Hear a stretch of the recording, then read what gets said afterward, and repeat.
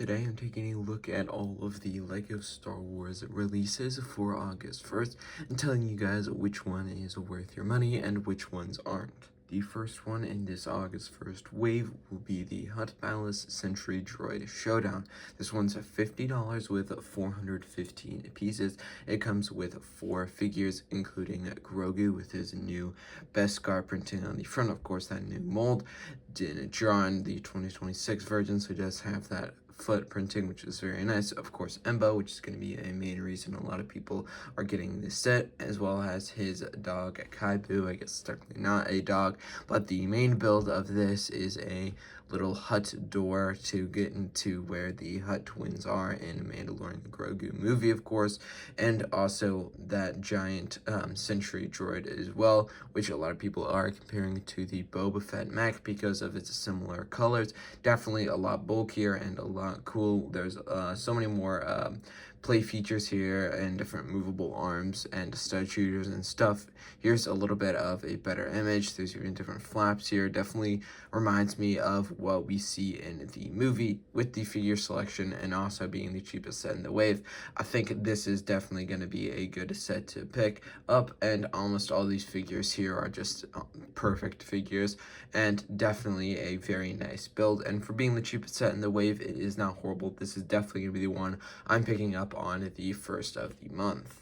The next set is the Imperial Remnant AT-AT with IND4. This one is $160 and has 1,453 pieces. And sort of like that $50 set, it's going to have the opposite version of Grogu, I guess you want to call it that, without the chest printing. So if you haven't gotten that one without the chest printing, because technically it's only in 2 sets right now that are available, then you can go ahead and get this set to pick up the last Grogu you would be missing. Of course, it comes with the same Din Djarin I talked about before, an Imperial Warlord, very nice printing all around, new torso print of course, and leg print and face print. Honestly, looks amazing. I think the hairpiece is new. It might have been used, I think, in the beginning of this year, but I believe it is a new color for the hair, and I know a lot of people like it. It's not my favorite, but you guys would probably like it watching this video, so it definitely is a good figure.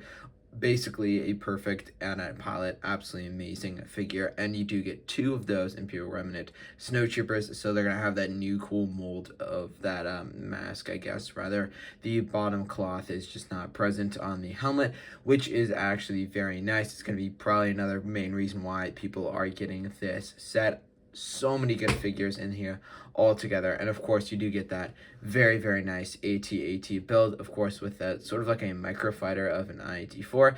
You have the Imperial Warlord popping out. Technically you could just remove him and close it if you want to look a little bit nicer. There's also a snow speeder, which isn't the best build, but I feel like we can get behind that because, you know, it is supposed to fit in the AT-AT and be just as small to really just squeeze in there. I feel like it's not actually the center of this build and any really cool part of the build. We never really even saw a snow speeder, I think, in the movie, which I feel like they didn't really care about that, and they kind of just threw it in anyway to the back of the AT-AT, which is built very nice. It does have some dark gray colors, which I know a lot of people won't like because it doesn't look like that Empire AT-AT, but I mean the whole head and everything doesn't really look like it, but that definitely doesn't stop it from being an amazing AT-AT. Still absolutely great, and definitely gonna eventually pick this one up. Next is the Offworld Sandcrawler and Mudhorn. This is the most expensive one in this wave, being $200. But this one is also having the most pieces, I believe, at 1,683. This one has another stacked minifig lineup. You do get the 3rd edition of that.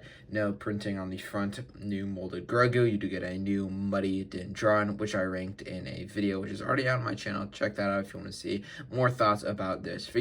We also get Kuiil with an updated back as a sort of like a molded version of the backpack instead of the used one with parts from the Razor Crest ECS set. And you do get 3 of the gray Jawas, which have really cool accessories and also match, of course, that main build of the giant gray Sandcrawler. And honestly, for $200, I don't think this is horrible. You're also getting a very nice buildable Mudhorn, as well as the egg, which I love to mention in all these videos, because you can actually cut it open and there's a little 1x1 yellow, I guess, tiled off stud that is on there to represent like the yolk of the egg, which is very nice. One thing I don't like about this is the pram. It is honestly a bit horrible. They could have just used the Race Crest pram. No reason why not to. This one looks honestly horrible, and they definitely should do a better job with this. It's not like the new mold doesn't fit with the usage of Race Crest pram. It definitely does. I don't know what they're trying to do with not including it in any other set, but they definitely could. It's not really crazy to include it. I mean, it's just regular parts at the end of the day. They really should do that, and it kind of just takes off this set a little bit. This isn't going to be make or break for me when buying this. This is definitely going to be a buy like the rest of these sets on the list, at least so far that we've talked about.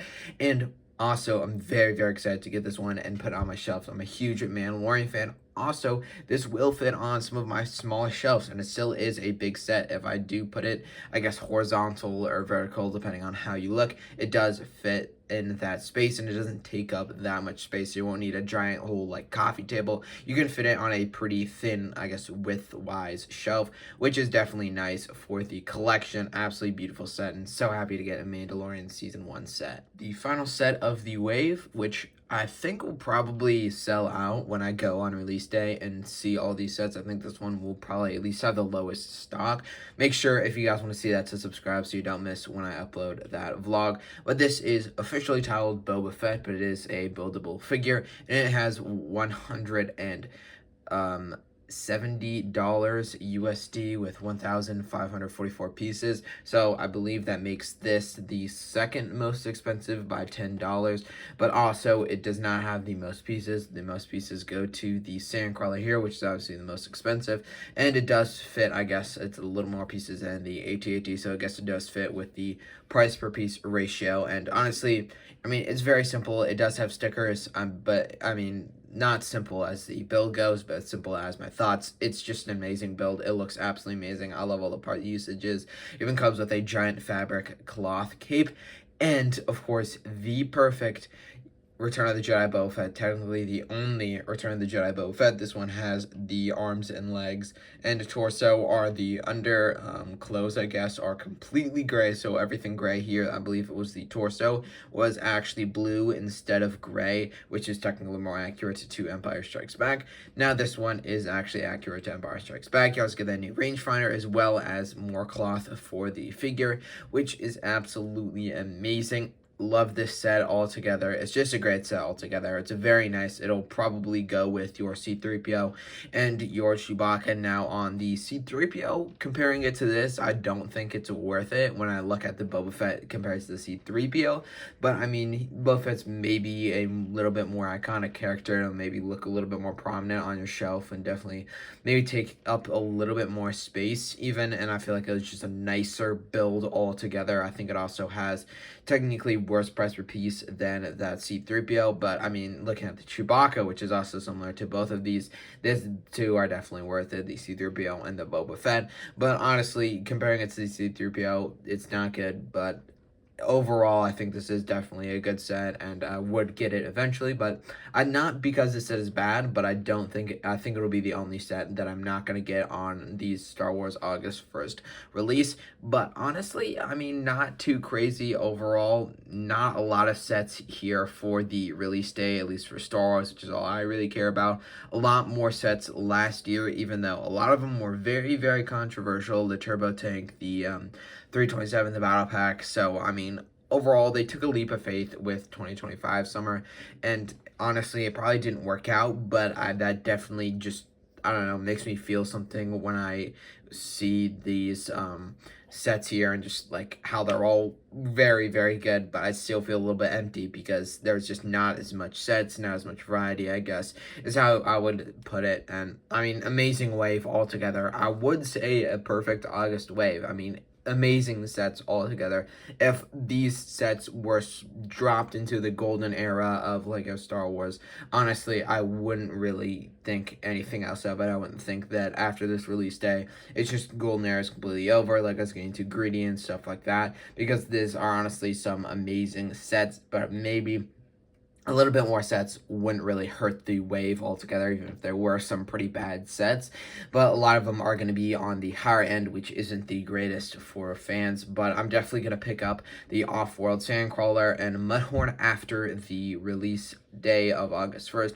Then around Christmas, I'll probably get the AT-AT to maybe do a review on. This is probably the set I'll get on the 1st, but for one of the first times in a very long time, out of all of these buyer guides I've been doing about all of the release days and ranking all the figures and sets, I think whatever you leave the LEGO store with, as long as it's one of these Star Wars sets, I will be perfectly fine. Any combination of it, if you just go one of any of these sets, I'll be perfectly fine. I won't even criticize you at all. I mean, I wouldn't regularly, but I mean, just great sets altogether. No reason to not get any of these. Maybe some of them, if they're a little too high, you could wait for clearance, but none of these are absolutely crazy or just completely not even reasonable at all. Definitely some great sets here, some great figures, and some great builds. Overall, a great wave.